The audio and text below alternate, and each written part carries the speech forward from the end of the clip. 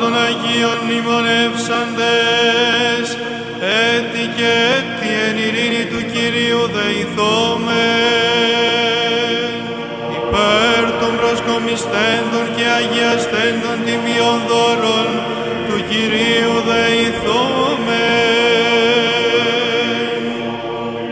Όπως ο φιλάνθρωπος Θεός ημών, ο προσδεξάμενος εις το Άγιον και υπερουράνιον και νοερών αυτού θυσιαστηρίων, εις οσμήν ευωδιάς πνευματικής αντικαταπέμψιμη την Θείαν χαρήν και την δωρεάν του Αγίου Πνεύματος δεηθόμεν.